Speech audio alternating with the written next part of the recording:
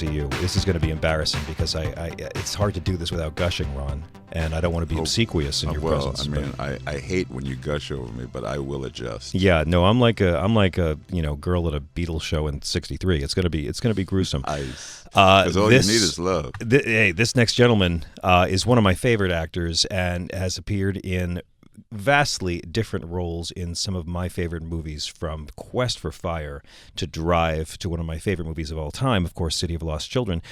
You've also known him as Hellboy in 2 features, the Golden Globe winning performance in Beauty and the Beast, Sons of Anarchy, you might have heard of. Guillermo del Toro has this man on speed dial. He's one of the reasons why Blade 2 is such a special movie. I call this presidency the Blade 2 presidency. By the way, I use that film as a metaphor for the entire political world right now. I mean, it's like...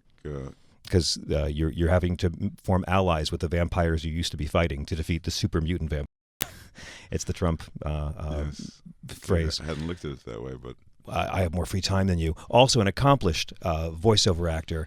Here's what I'm here to tell you. His new role in his new feature, Asher, which he also produced, is one of his finest, playing a former Mossad agent now turned gun for hire, living out of Brooklyn. He finds himself trying to get out of the life, and it's a story you think you've heard before. It takes unexpectedly powerful and rather lovely directions. Ron Perlman, welcome back to SiriusXM Insight. So good to see you, It's John, great to see as you. always. I'm voting for you for president, by the way. I want to get that out of the way early. I'm offering my endorsement for Perlman 2020. If nominated, I will not run, and if elected, I will not serve. Terrific. That's out of the way then. I want to talk about your social media, but first let me gush about the feature. This movie is truly a labor of love. This is a character who has been to hell and back again. This is a character who dispenses death for a living and yet is a man born of such loneliness and deep humanity. And it's a story about... It's a violent film about escaping violence. And I can see why you were drawn to it. It has many of the hallmarks of a great Ron Perlman performance, and yet it goes beyond anything we've seen you do. How did Asher come to be? Well, Asher came to me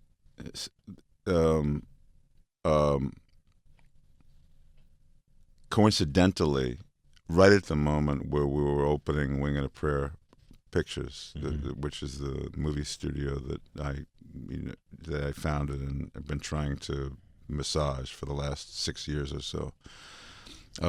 Asher arrived, was a first-time screenwriter who's to this day never been produced except in Asher, looking to see whether I would hook myself up to play the role, and found out that it hadn't been financed. And that it hadn't been set up anywhere. So we optioned it, and it's taken 5 years of hard work and determination, and to get it to where you saw it the other day. But it's very emblematic of I've been dreaming about doing more than just being an actor for decades. For a really, really long time. So Wing and a Prayer Pictures is a legacy thing, but it's also something that's been percolating for longer than I can even recount. And what Wing and a Prayer always wanted to be, in my mind, was sort of an homage to what I thought was the last great period in American filmmaking, which is the 60s and 70s, which gave way to Friedkin and Coppola and Scorsese and De Palma, and I could go on and on and on. Just giants. This film has that feel, and not just because it's shot in Brooklyn and the West Village. Right. You really, really attain that level of grittiness yet beauty. Yeah, and there were so many things that were hallmarks of what made that period so uniquely American and so uniquely wild, because the anti-hero was the centerpiece of all the 60s and 70s movies. So what we're dealing with is nothing black in blacks and whites, but everything in tones that are ambiguous and that need to be explored in ways that are not particularly conventionally American, but like, now we're looking at the warts and all. We're looking at human behavior. We're looking at vulnerability and weakness, and figuring out that they too are aspects of the human condition that need to be embraced and identified and nurtured. This film achieves that by the end of the opening credits. I mean, not to give too much away, but in the opening credits alone of Asher, You Hooked Me, you see what an inventive, resourceful, clever hitman he is. You get a sense of how ruthless he is and efficient, and you get a sense of his deep longing just in the first few minutes of the film. And you show us this character in the most brutal way and have us empathizing for his loneliness within minutes. Well, thank you. I mean, so there were a multitude of things that attracted me to this project the way it did, but nothing so much as the minimalism of it. It was the most unexplained screenplay I had read in 25 years. Like you say, everything was almost metaphoric. Nothing. We don't know who he's killing. We don't know why he's killing. We just assume that these are guys that need killing, because we're juxtaposing a character of so much elegance, which is described in the most simplistic of ways. The way he chooses a bottle of wine, the way he finishes off his homemade, exquisitely prepared dinners that he's cooking for himself every night at 8 o'clock. The elegance with which he moves through even the act of murdering people. There's a stylistic thing to it. There's a pride of ownership to it that makes him you can't wait to see what he does next, even though he's killing people for a living, which is, there's nothing more 70s than that. I mean, The Godfather is like filled with people who are, involved, engaged in the most nefarious activities you can imagine, and we're rooting to death for them, from beginning to end. So, that's the tightrope walk of Asher, and the minimalism of it was indicative to me of, like, this is cinema at its greatest because this is more style than substance. Yes. And the substance is very much there, but it's very, very much not didactic or overly... much like Miller's Crossing. I mean, it is a beautiful marriage of style and substance, except much more minimalist. And, to me, you're the patron saint of misunderstood men in cinema. I saw echoes of One from City of Lost Children. I saw echoes of Vincent of Beauty and the Beast, echoes of Hellboy. This is a man who is the desolate, burnt-out shell that maybe Eastwood could have played a couple of decades ago. And what I love most about the performance is how much simplicity you achieve so quickly. It's the kind of performance where one eyebrow arch is 10 paragraphs. Thank you. Yeah, it's also... I mean, I'm basking in the glow of your response, because you are actually one of the very first people I'm talking to who's actually seen this movie that took me 5 years to do, and it's like the chef that's cooking all day and chopping and and adding ingredients to, and finally gets to the point where it's time to have the meal and he's just too nauseous to eat it. It's like, so for me to sit here with you and get somebody who, is watching this film for the first time, didn't come into it knowing what he was going to see, and having this reaction is, I'm still having trouble catching my breath. Have you had that experience before with a film rolling out where you felt such a sense of personal investment?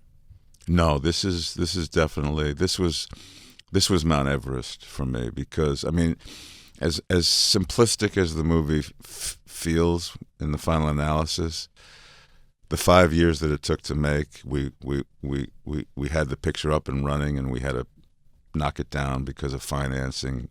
I mean, every single thing that was going to test your resolve and take a person who was less determined and just say, "Screw this! I'm out of here. This is just too stupid. I'm losing friends. I'm losing money. I'm losing time. I'm losing." I mean, this was a trial by fire. So, but it was always.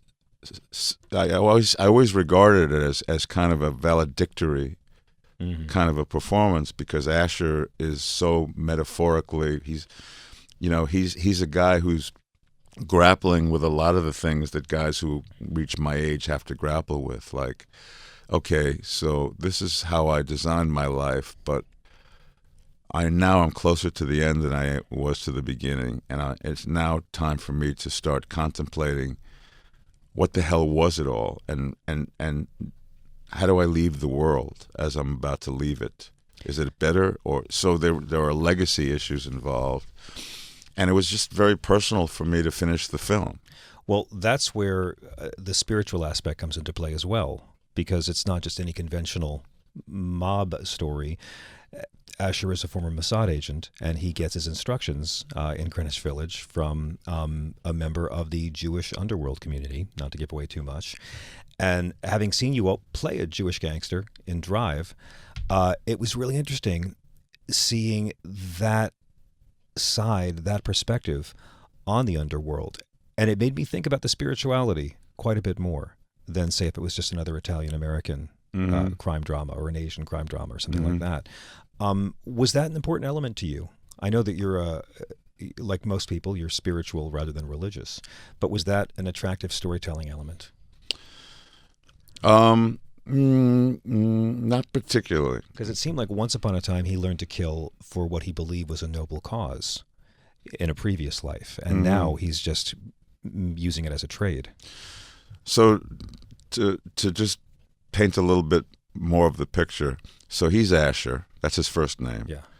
His buddies are Avi, Uzi, Abram, Lior. These are guys who came up in a world where it was the defense of everything you hold dear was always a thing. Yeah. The ability to stave off annihilation was just something that was ingrained in you. Yeah. So you were handed down a skill set. Exactly. In this case, it just happens to be Israeli. But that was never what drove the bus for me. What drove the bus for me was the skill set is ingrained in you in such a way where it's a natural transition that you can do something that the world's always going to need. There's always going to be people that need killing. There's always going to be people who are, if they're gone, the world can take a deep breath and say, okay, thank God for that. So there's no question in Asher's mind or any of these guys' minds that what they're doing is at all what's the word I'm looking for? I mean, it's essential. Yeah. It's not. There's virtue behind it. There's a virtue behind it, and no matter what argument anybody throws at you about the fact that you're doing something that's against the Ten Commandments or that there's no, sorry, man. Greater good. If you saw what these guys who we're offing are doing to humanity, you'd be thanking us. I can imagine the challenges producing this feature with the kind of cast you have. Our friend Richard Dreyfuss is in this film, as well as Leslie Ann Warren, who is almost unrecognizable and quite brilliant in a role I never was prepared to see her in. Of course, Peter Facinelli, and Famke Janssen gives another one of those incredible Famke Janssen performances that has made her one of the most underrated actors on the planet. She's exquisite in the movie. Yeah. And I think it was Jacqueline Bisset that you were... What did I say? Leslie Ann Warren, but she'd have been great. No, but yeah, Jacqueline Bisset, forgive me, even more unrecognizable. Jacqueline Bisset, right? As a patient with Alzheimer's and dementia. And I found it like one of the amulets and talismans that that characterize the fact that no matter what we were going through to make this movie, there was always something hovering above us that was saying, it's going to be okay. It's going to be okay. Keep going. Keep doing what you're doing.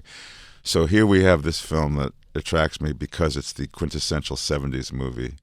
And we just coincidentally end up with Richard Dreyfuss and Jacqueline Bisset, who basically were emblematic of one of the greatest, acting-wise, of one of the greatest American periods. So yeah, that was one of the things you go, oh yeah, that was supposed to happen. It's got to be an incredible feeling after amassing a body of work like yours to just know that in spite of the obstacles and the strife, that you can get a film like this made. It's a real testament to the capital you've built up as an artist. Well, thank you. And we touched on legacy, a few times in talking about the things that are now churning in Asher's transition to this. Oh my God, I'm gonna have to. I mean, we say it in the log line of the film. He has to kill the man he was in order to become the man he wants to be, and that's literal. But part of it, I feel part of it is what happens to a man when he gets to be around his early to mid 60s is he begins to really become concerned. At least this is what's happening with me, with like, what am I leaving behind? Was it all worthwhile? Was it just a waste of time? Was it just a waste of space? Was I more of a burden than I was a help? And these are real legacy issues.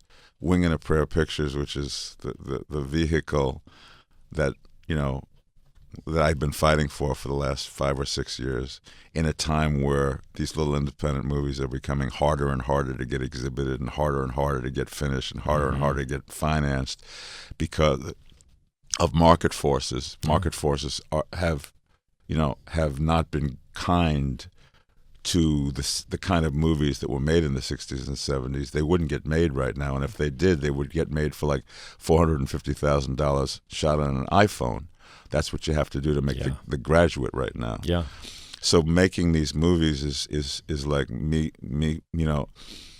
holding up my fists in the air, going, if I have to die doing this, God damn it, it's worth it, because the shoulders that we're standing on who made those movies are giants, and they should never be relegated to market forces or to things that have been foisted on us, like the internet and Netflix and the things that are